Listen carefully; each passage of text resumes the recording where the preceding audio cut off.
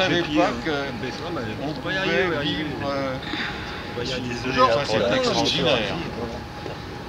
C'est extraordinaire. J'emploierais pas ça, le mot défricheur. D'abord, j'ai jamais pensé être un défricheur. Je fais mon travail, ma peinture, et je me suis jamais posé la question d'être un défricheur ou pas un défricheur.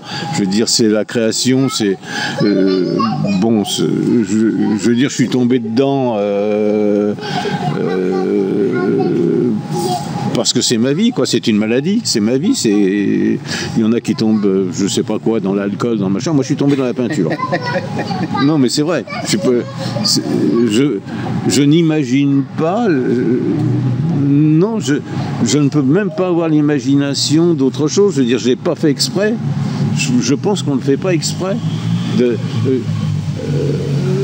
Je remarque qu'il y en a qui disent bon, je vais devenir artiste, ça veut rien dire du tout. Hein. Le mot artiste, c'est rien. Il y a des gens qui disent qui savent faire cuire les pâtes, on lui dit c'est un artiste. Je vais dire n'importe quoi, le tailleur de pierre ou celui qui pose le béton, c'est un artiste. Non, ça veut rien dire le mot artiste. Le principal, c'est de faire quelque chose dans quelque chose, et c'est les autres qui disent ah oui, vous êtes un artiste, vous êtes un artiste. Non, je suis un mec comme tout le monde qui fait de la peinture, qui est tombé dans le pot de peinture, qui n'aime que ça. Vraiment qui n'aime que ça. Je n'imagine même pas aimer. J'aurais pu aimer autre chose. Oui. J'aime que ça. Je suis pas tombé dans le pastis. Je suis pas trop. Non, mais. Non, mais je comprends ce que vous voulez dire. Vous n'êtes pas comme Diogène ou d'autres, voilà, qui sont dans le tonneau. Non, c'est une passion qui s'est faite. C'est même. C'est inné. Moi, je crois. Je vais poser la question. On m'avait déjà posé cette question-là, s'il n'y avait pas eu ça, est-ce que tu serais... et effectivement, je n'imagine même pas. Je ne me suis même pas posé la question. Non, je ne me pose pas la question. Alors, éphémère... la notion d'éphémère, c'est quelque chose qui m'appartient vraiment, qui m'appartient, parce que je ne peux pas...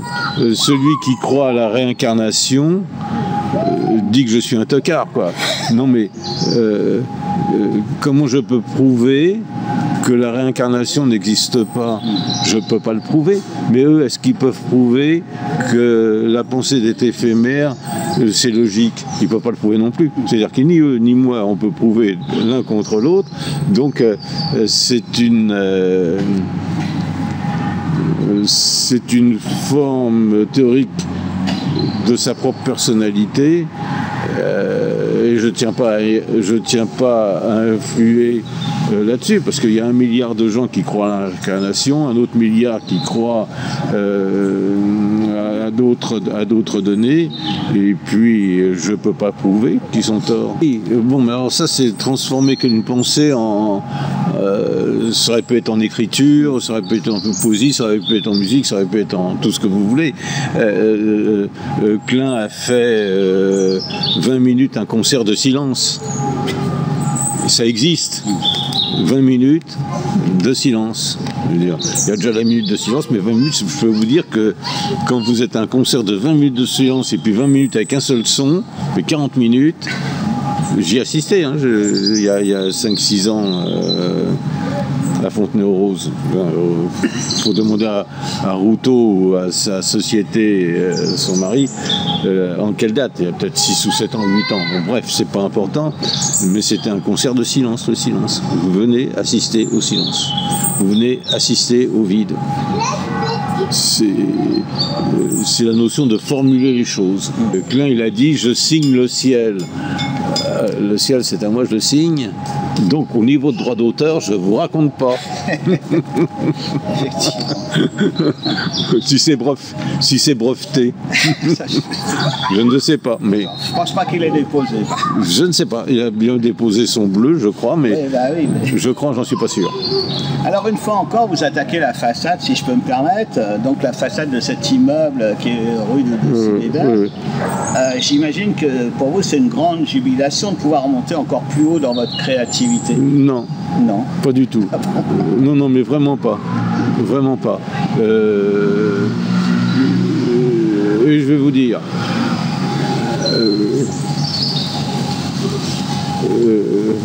pour dire la vérité, pour une fois, quand j'ai vu l'exposition de Marie-Antoinette, sur 2 étages au Grand Palais, avec ses meubles, ses robes, ses coiffures, ses machins, ses tableaux, ses reproductions, ses tableaux, etc. Parce que les reines et les rois, ils aiment bien en avoir une collection. C'était immense. Et au moment de sortir, il y a ils ont créé un petit entonnoir, comme ça, tout noir, et un dessin, si je me souviens, c'est de Delacroix, qui mesurait 10 cm sur 8, à peu près, enfin la grandeur d'une carte postale. Quand Marie-Antoinette passe rue de Rivoli et va à l'échafaud, on l'emmène à l'échafaud, il a dessiné ça d'une façon spontanée. Il y avait d'abord un attroupement tout autour pour ce petit dessin, qui avait une puissance extraordinaire.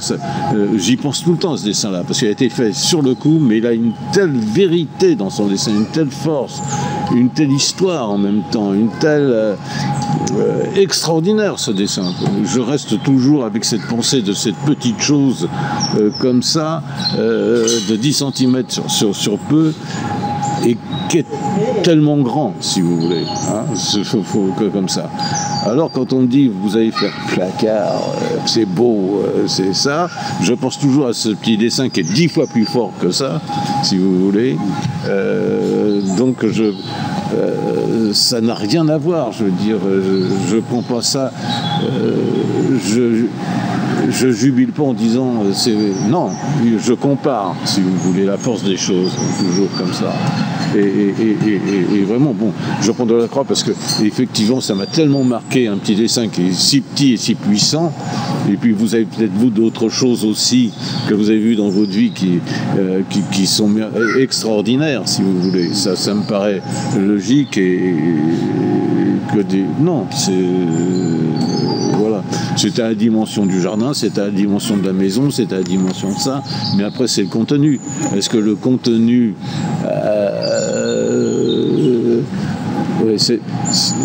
c'est la pensée, la philosophie qui est dedans, etc. Je veux dire, mais c'est pas la dimension. C'est pas la dimension qui vous a fait rêver, en non. fait. Non, ça me fait pas rêver.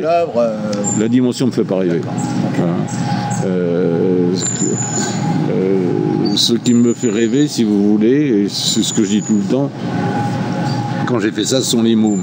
Le môme qui regarde ça, qui sont là derrière vous, qui vont rentrer chez eux, qui vont faire un petit dessin ou un petit gribouillis, comme ils ont fait sur le mur, sur le côté, là, vous voyez, comme ça, et qui vont dire, tu vois maman, je suis meilleur que le monsieur, et ben c'est gagné.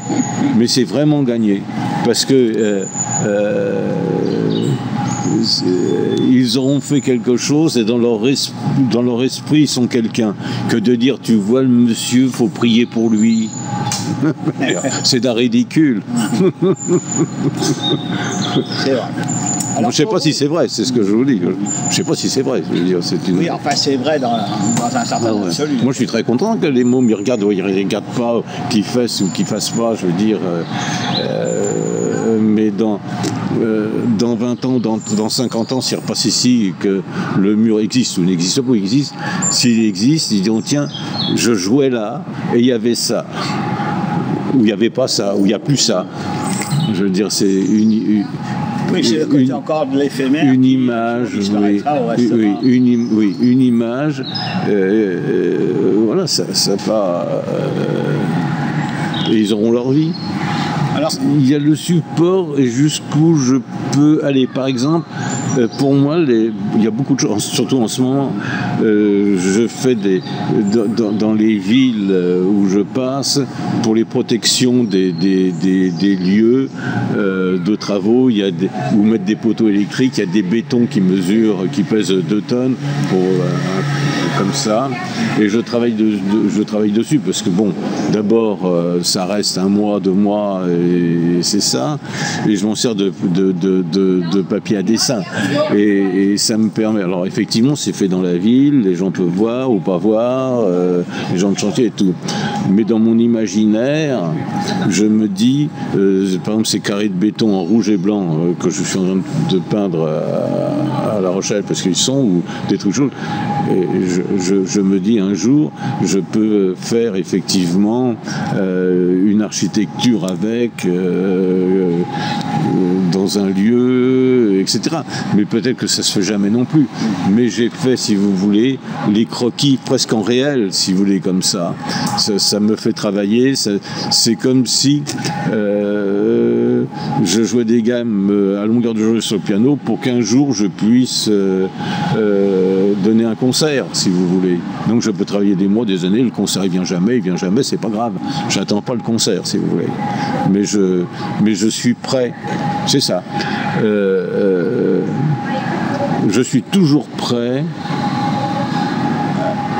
à faire quelque chose comme ça ou autre, demander, parce que je travaille toujours. Je continue à travailler, essayer de trouver des images. Une fois qu'elles sont faites, je repars sur quelque chose. Je ne fais que des pièces uniques, donc je ne refais pas de la production d'autre chose. Voilà, je bosse comme ça. J'ai travaillé dans des décharges, peut-être que Gauthier Jourdain a des photos. J'ai travaillé dans des décharges, j'ai travaillé 2-3 mois dans une décharge tout seul, avec le type qui amenait ses poubelles comme ça pour le truc. Je veux dire, je travaillais dans un lieu comme ça, et pourquoi pas? Je veux dire, c'est aussi ça. Même philosophiquement, on utilise des populations, je veux dire, comme outil, vraiment comme outil.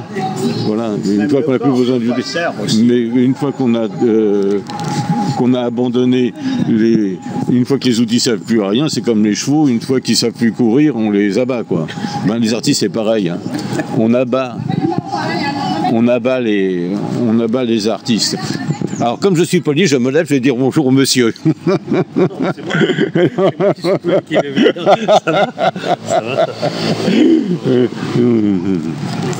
C'est même pas ce que c'est que la reconnaissance. La reconnaissance, on vous reconnaît dans la rue parce que vous achetez du pain chez le même boulanger, il vous reconnaît. C'est ça la reconnaissance. Il vous reconnaît.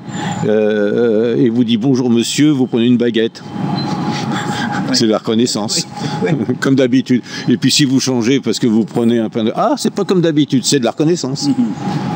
Je ne veux pas plus que ça. Il ne faut pas croire les divisions. Reconnaître, c'est pas connaître, hein. Moi, on se connaît un peu plus, on a parlé à côté de ce truc-là. Mais si je réponds qu'à votre question sans faire attention à vous, à l'extrême, je ne vous reconnais pas. Je veux dire, type comme... Oui, la reconnaissance, c'est un grand mot, quoi. Ouais, le chanteur qui est sur scène, il voit pas son... C'est... c'est Maurice Chevalier qui disait... comment s'appelle-t-il ce chanteur qui riait tout le temps, que vous connaissez d'ailleurs, bon, c'est comme ça. Il lui disait, écoute, quand tu vas sur scène, 2 choses. T'arrives 3 choses. Tu arrives à l'heure, tu connais parfaitement ton texte, et tu regardes des projecteurs au-dessus du public, et tu balances ton truc. Voilà, tu t'occupes de rien. Et oui, voilà. Ça, c'est vous. Oui, alors que moi, pas du tout. Ah non.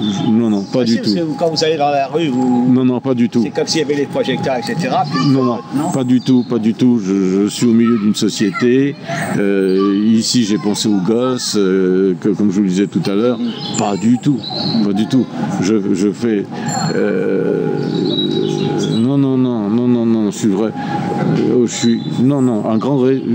Ça paraît aussi bizarre que ça puisse vous paraître, mais j'ai un très très grand respect pour les. Sans ça, je ne ferais pas ce travail-là. C'est d'abord un respect de l'humain. Si je n'avais pas de respect de l'humain,